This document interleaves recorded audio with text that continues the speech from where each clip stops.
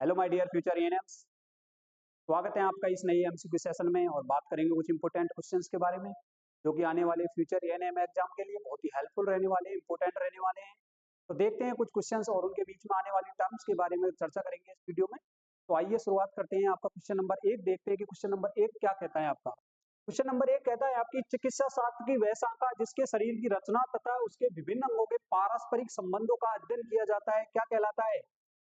ये चिकित्सा मतलब मेडिकल साइंस की वह ब्रांच जिसके अंदर स्टडी ऑफ स्ट्रक्चर की बात की जाती है, तो उस संस्था को क्या कहते हैं, उस शाखा को क्या कहते हैं? ऑप्शन ए कहता है आपका एनाटॉमी, ऑप्शन ए कहता है एनाटॉमी, वही ऑप्शन बी कहता है आपका फिजियोलॉजी, और ऑप्शन सी कहता है हिस्टोलॉजी, और ऑप्शन डी कहता है आपका पैथोलॉजी। तो हम सब जानते हैं कि जो भी स्ट्रक्चर की बात की जाती है एनाटॉमी, तो वो रिलेटेड होती है एनाटॉमी टर्म से, वो रिलेटेड होती है एनाट। और हिस्टोलॉजी यानी study of tissues, study of यानी कि किसी भी प्रकार के ऊतक की अगर हम बात करें तो उसकी जो स्टडी की जाती है वो की जाती है हिस्टोलॉजी के अंदर।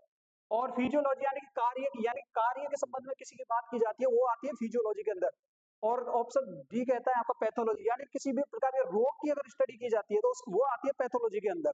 तो ठीक है, इसका राइट आंसर क्या जाएगा? एनाटॉमी, यानी कि जो स्ट्रक्चर की बात की जाती है, स्ट्रक्चर की बात, रचना की बात की जाती है, वो किसके अंदर की जाती है? एनाटॉमी। यानी कि तीनों के तीनों ऑप्शन क्या है? गलत है। इसका राइट आंसर जाएगा ए। इसका राइट आंसर क्या है? ए। तो देखते हैं आपका अगला क्वेश्चन क्या कहता है आपका अगला क्वेश्चन।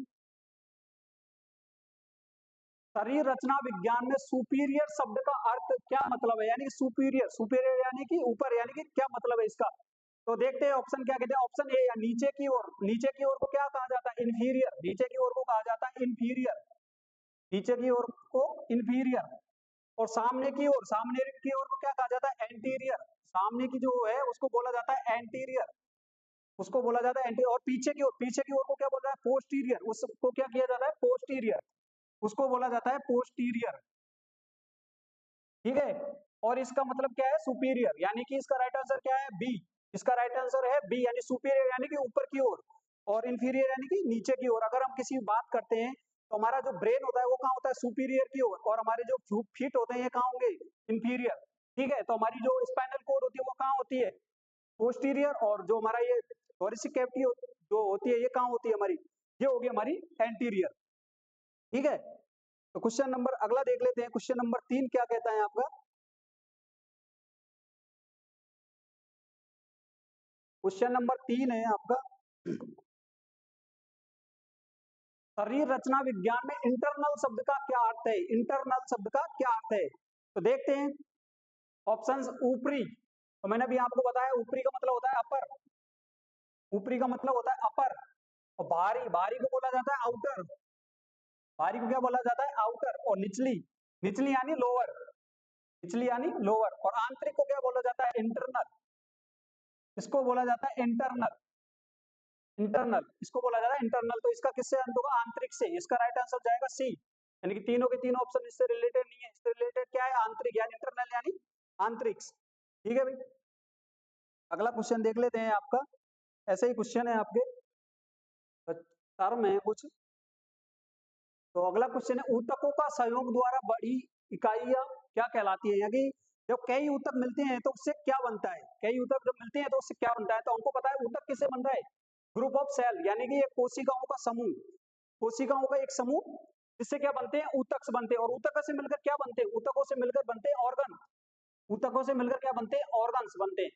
ठीक है, और अंगों से मिलकर क्या बनता है? तंत्र, अंगों से मिलकर बनता है तंत्र। और जो हमारी कोशिकाएं होती हैं वो क्या बनाती है? टिश्यू, जो कोशिकाएं हैं वो क्या बनाते हैं? टिश्यू।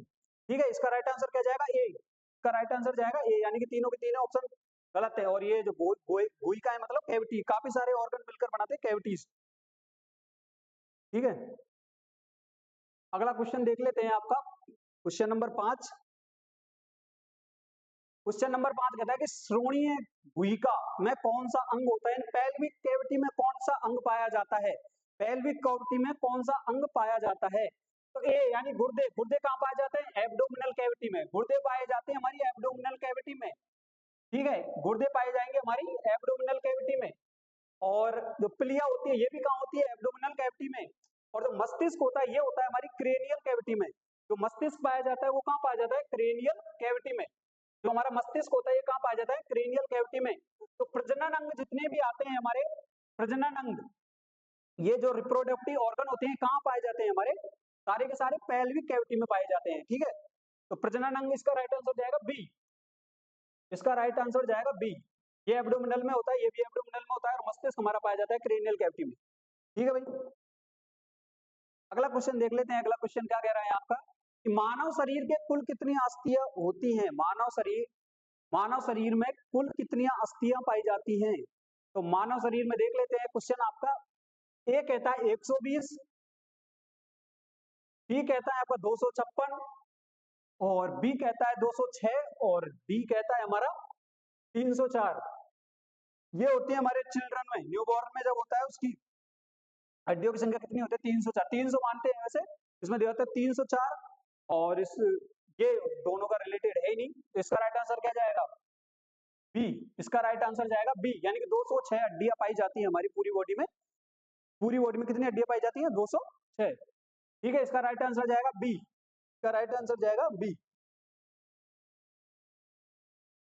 और क्वेश्चन नंबर अगला देख लेते हैं आपका, क्वेश्चन नंबर 7 कि बच्चों में दूध दांतों की संख्या कितनी होती है? कि बच्चों जब होते हैं उनके दूध के दांतों की संख्या कितनी होती है?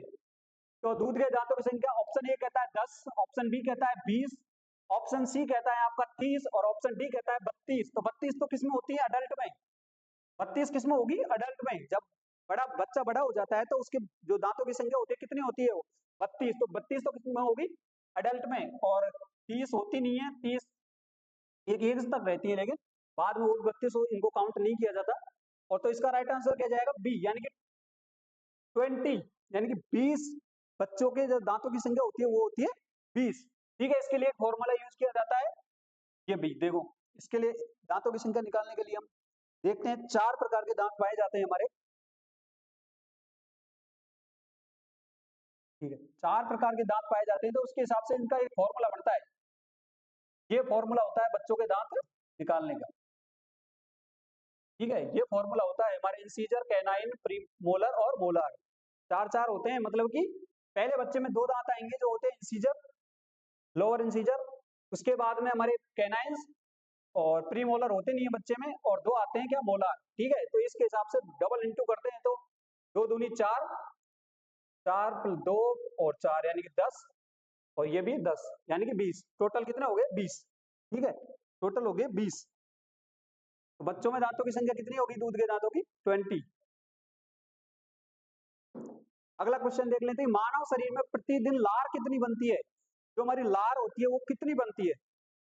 तो देखते हैं 0.5 लीटर, इतनी कम नहीं बनेगी, और ये ये भी गलत है, इतनी ज्यादा भी नहीं बनेगी। इसका राइट आंसर है बी।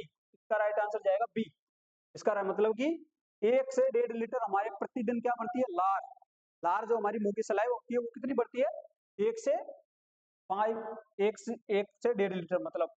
और इसका पीएच होता है आपका 6.2 से 7.6 है। इसका जो पीएच होता है ये कितना होता है? इसमें लार में पाया जाता है टाइलिन एंजाइम। लार में कौन सा एंजाइम होता है? टाइलिन। ठीक है भाई, लार में पाया जाता है टाइलिन एंजाइम। अगला क्वेश्चन देख लेते हैं आपका। अगला क्वेश्चन क्या कहता है कि ईसोफेगस की लंबाई कितनी होती है? कि ईसोफेगस की लंबाई कितनी होती है? तो ईसोफेगस की लंबाई जो होती है वो होती है आपकी 25 सेंटीमीटर। ईसोफेगस की लंबाई कितनी होती है? 25 सेंटीमीटर। ईसोफेगस की, ये नहीं, तीनों के तीनों ऑप्शन गलत हैं, ये से रिलेटेड नहीं है। उसकी लंबाई होती है 25 सेंटीमीटर। 3 ऑर्गन ऐसे होते हैं हमारे बॉडी में, जैसे कि ईसोफेगस हुआ, और डिओडेनम हुआ, और यूरेटर हुआ। तो तीनों की तीनों जो जो इनकी लेंथ होती है वो क्या होती है? सेम होती है। एक हो गया हमारा ईसोफेगस, दूसरा हमारा होगा डिओडेनम। डिओडेनम भी सेम कितने सेंटीमीटर का होता है? 25 सेंटीमीटर का। और दूसरा होता है यूरेटर। यूरेटर, यानी कि तीनों की तीनों जो स्ट्रक्चर है ये, इनकी जो लेंथ है वो सेम है। जो इनकी लेंथ होती है वो क्या होती है? सेम होती है, यानी कि 25 सेंटीमीटर होती है। ये भी याद रखना तीनों भाई। क्वेश्चन नंबर 10 देख लेते हैं फिर आपका। क्वेश्चन नंबर 10 क्या कहता है कि रक्त को ऑक्सीजन प्रदान करना तथा कार्बन डाइऑक्साइड से मुक्ति दिलाना, ठीक है, किस तंत्र का काम है? तो रिप्रोडक्शन का काम नहीं है, प्रजनन तंत्र का काम ये नहीं है कि हमें इससे तो कोई मतलब ही नहीं है कि ऑक्सीजन लेना लेना है, कार्बन डाइऑक्साइड छोड़ना है। लसिका यानी कि लसिका से कोई मतलब नहीं है, लसिका को तो खुद को ऑक्सीजन की जरूरत है। और परिसंचरण तंत्र ये ब्लड सर्कुलेशन का काम है, तो ये भी इसमें नहीं आएगा। इसका क्या राइट आंसर जाएगा? बी। इसका राइट आंसर जाएगा आपका बी, यानी श्वसन तंत्र। जब हम श्वसन क्रिया करते हैं रेस्पिरेटरी, तो उसमें ऑक्सीजन लेते हैं और ऑक्सीजन और कार्बन डाइऑक्साइड छोड़ते हैं, ठीक है। तो ऑक्सीजन हमारे ब्लड टिश्यूज के पास में जाती है, तो पूरे जो ट्रांसपोर्टेशन होता है हीमोग्लोबिन के द्वारा, तो ये काम होता है श्वसन तंत्र का, ठीक है। ये काम होता है हमारे श्वसन तंत्र का। क्वेश्चन नंबर 11 देख लें, मूत्र में जल की लगभग मात्रा कितनी होती है? मूत्र में जल की मात्रा लगभग कितनी होती है? तो भाई मूत्र में तो जल ही होता है सारा। तीनों के तीनों ऑप्शन गलत है, इसका डी आंसर जाएगा। इसका आंसर जाएगा डी, यानी 96%। और 4% अदर वेस्ट प्रोडक्ट होते हैं उसमें, जो भी हाँ अदर वेस्ट प्रोडक्ट होते हैं आपके भी हो सकते हैं, जैसे अमोनिया अमोनिया। तो 90 मतलब 4% होंगे, 96% इसमें क्या होगी? जल की मात्रा होगी। Question number 12।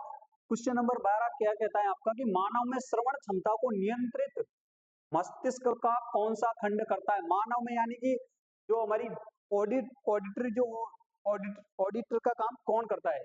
ऑडिटर का काम कौन करता है? मानव में श्रवण क्षमता को नियंत्रित कौन सा लोब करता है? यानी कि तो ये काम करता है हमारा टेम्पोरल लोब। ये काम करता है भी हमारा टेम्पोरल लोब। और फ्रंटल लोब का क्या काम है? फ्रंटल लोब का काम होता है हमारा मेमोरी, यानी किसी भी चीज को याद रखना है तो वो आता है फ्रंटल लोब के अंदर, कंसंट्रेशन वगैरह। पैराइटल लोब का काम होता है हमारा, ये तो हो गया ये। और ऑक्सीपिटल का होता है हमारा विजुअलाइजेशन का काम, जो होता है हमारा वो होता है ऑक्सीपिटल का। विजुअलाइजेशन का काम होता है हमारा ऑक्सीपिटल का।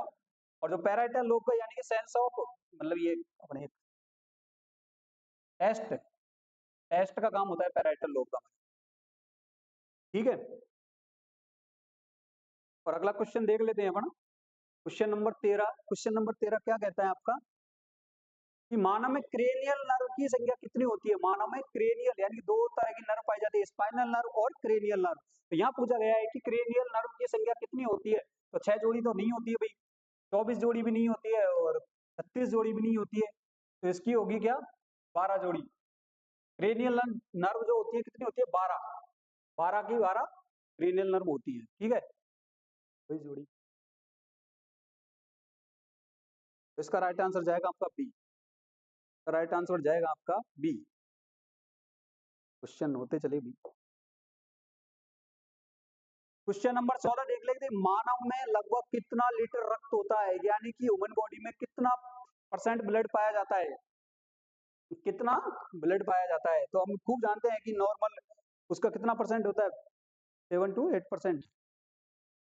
तो करंट आंसर जाएगा आपका सी, यानी कि 6 लीटर ब्लड होता है। 2 नहीं होता भाई, 2 तो बहुत ज्यादा एनीमिया कंडीशन हो जाएगी, और 4 भी ठीक है सीवियर, ये ज्यादा हो जाएगा। तो इसका राइट आंसर जाएगा आपका सी, यानी कि 6 लीटर। अगर नॉर्मल रेंज मानते हैं तो हम क्या, इसका राइट आंसर है सी, ठीक है। ये तीनों के तीनों ऑप्शन गलत है। और अगला क्वेश्चन क्या कहता है आपका? अगला क्वेश्चन देख लीजिए, लास्ट क्वेश्चन।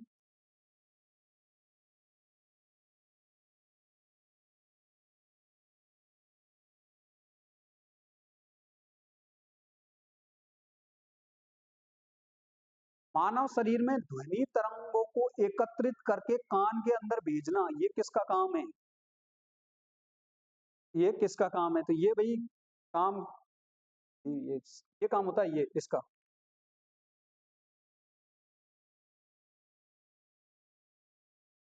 ये काम होता है तुम्हारे श्रवण नाल का, यानी ऑडिटरी जो कैनाल होती है ना, ये काम करने का काम करती है, ठीक है। ये क्या करता है? ये अंदर तक जो वॉइस होती है ना, उसको क्लियरिटी हमको पहचानने में वो करता है। और जो ये कर्णपटल होता है, कर्णपाली, कर्णपाली का काम होता है शुरू से जो लेती है ना, उसको बोला जाता है कर्णपाली। और ये क्या करता है? ये यहाँ तक पहुंचाने का काम करता है, अंदर तक, कान तक, ठीक है। और मध्य कर्ण जो होता है वो मिड में स्थित होता है। ठीक है भाई, हो गए आपके क्वेश्चंस।